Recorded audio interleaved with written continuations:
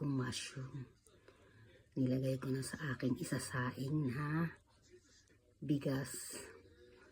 Ibababad ko lang siya ng konti. Tapos mamaya, is-switch on ko na siya.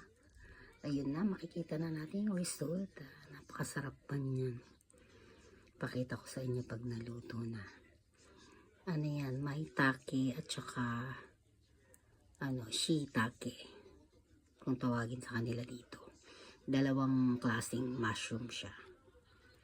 So, hintayin na lang natin maluto mamaya. Pakita ko sa inyo. So, ito na yung ating takikomi gohan. Luto na siya. Ganyan ang itsura niya. Hahaluin natin yan para makita natin yung resulta. Ayan na siya. Nung hinalo natin, nag-mix na yung mga lasa nila. Serve na lang para kainin. Ayan na yung ating takikomi rice. Super healthy at mukhang yummy. Masarap talaga siya. Ayan. Diba?